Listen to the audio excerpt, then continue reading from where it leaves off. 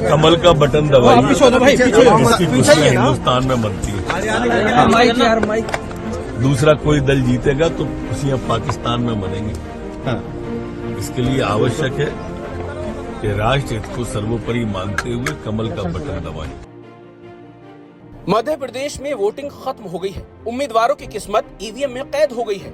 अब इंतजार है रिजल्ट का, जो 3 दिसंबर को आएंगे। इस दिन पता चलेगा कि जनता ने किसे अपना राजा चुना है।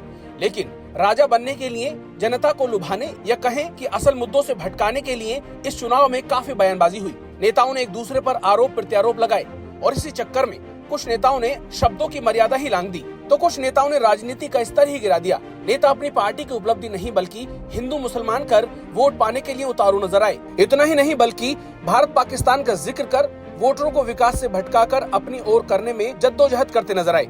ये काम कोई छुटभैया नेता करे तो समझ आता है कि वो राजनीति चमकाने के लिए कर गया होगा, लेकिन ये काम एक बड़ा नेता जो एक प्रदेश का गृह मंत्री है वो करे तो उससे क्या ही उपेक्षा की जाए।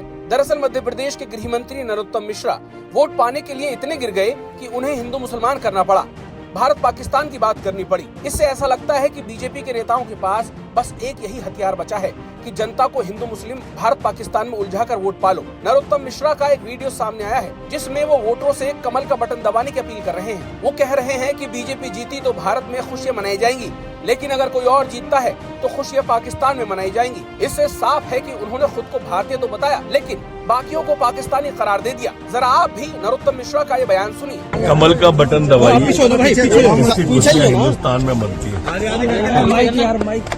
दूसरा कोई दल जीतेगा तो खुशियां पाकिस्तान में मनेंगी। इसके लिए आवश्यक है कि राष्ट्र हित को सर्वोपरि मानते हुए कमल का बटन दबाएं। कमल का बटन मध्य प्रदेश में जब व्यक्ति दबाएगा तो सेना सीमा पे सैनिक की बाजुएं मजबूत होंगी। पाकिस्तान में दहशत होगी कि मोदी जी जीत रहे हैं। तो सुना आपने इन महाशय का बयान, और ये बीजेपी के इकलौते नेता नहीं हैं जो इस तरह के बयान दे रहे हैं।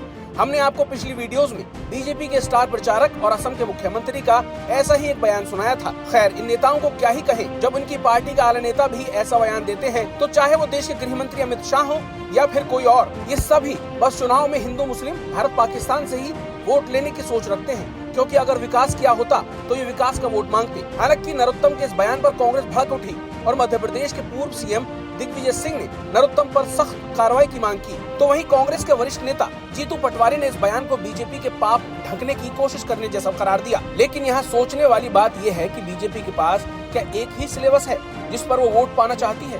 क्या बीजेपी के पास हिंदू मुस्लिम और भारत पाकिस्तान के अलावा कोई और मुद्दा नहीं है? खैर, आप ही बताइए कि इस तरह की राजनीति और ऐसे बयानों पर आप क्या कहेंगे, और ये भी बताइए कि क्या ऐसा बयान देने वाले नेताओं पर वाकई भरोसा करना चाहिए, और आपको क्या लगता है कि बीजेपी के अलावा कोई और पार्टी जीतती है तो खुशियां पाकिस्तान में मनती हैं? आपकी जो भी राय हो आप कमेंट बॉक्स में जरूर दीजिए और हमारे चैनल टीएचपी न्यूज को फॉलो और सब्सक्राइब करना बिल्कुल न भूलिए।